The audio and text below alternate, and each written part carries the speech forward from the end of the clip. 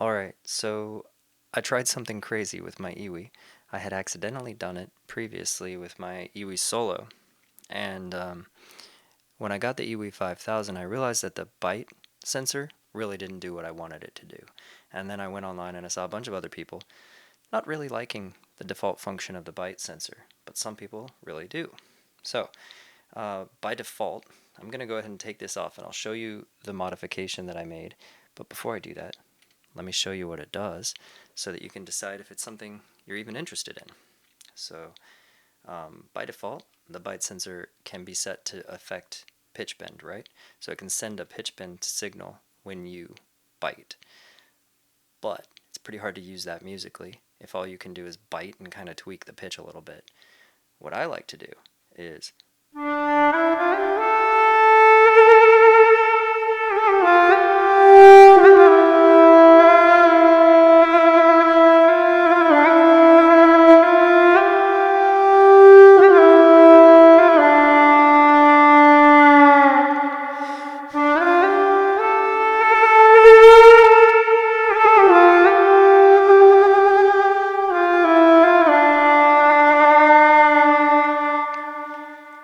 so it lets you get some of those kind of haunting off note, like just slightly like detuned, but you're kind of in control of it.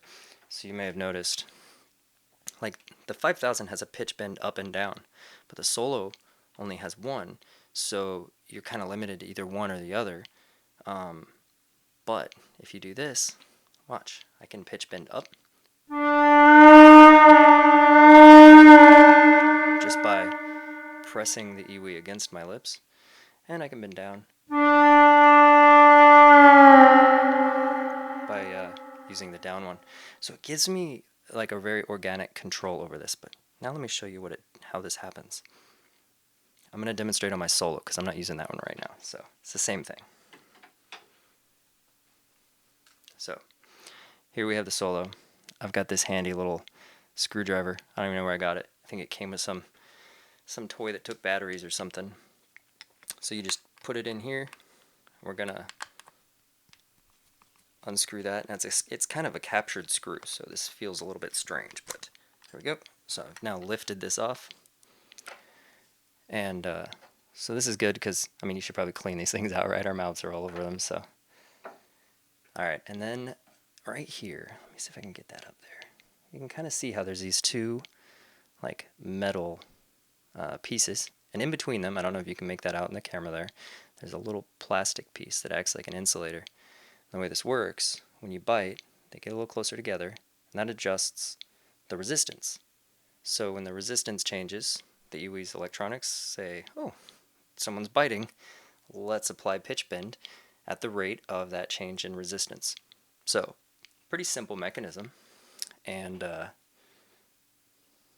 like some, I don't even know what's on this thing. I'm gonna have to clean it. But right now, so if you look at these, they're kind of straight. Now what I did, let's go get one more tool here.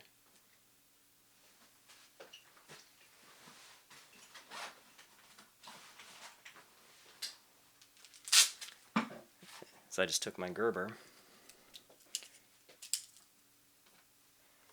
and we're going to do a little tiny modification here. So by default, yours will probably look like there's a little bend, bending the top one away from the bottom one. And I think the reason they do that is so that you really have to bite in order to get that change in resistance to trigger the pitch bend. All I did was I took my Leatherman and I bent that bend out, and I put these two closer together. And in so doing, and then as soon as I made that change, I just bent those so that it looks like that. They're both kind of straight with just a little separation between them. And I put it back together. Just make sure that lines up in there. Tighten that screw back down, and you're done. Simple mod. And then I have my pitch bend on the bite sensor set to 63, which is the highest value.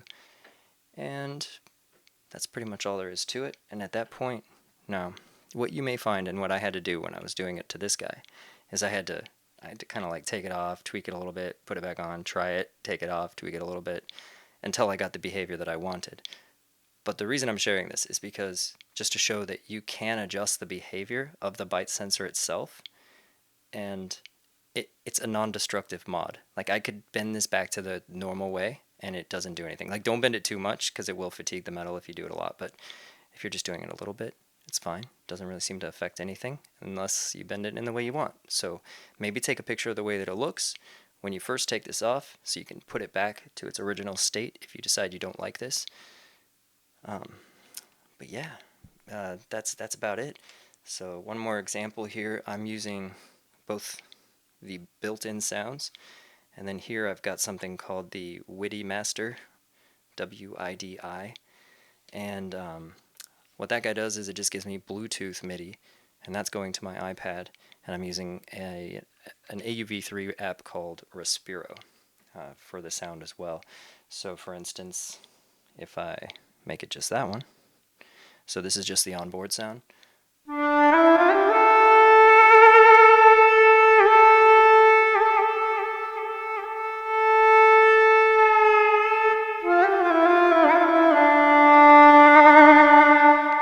Just the onboard sound, or if I use Respiro.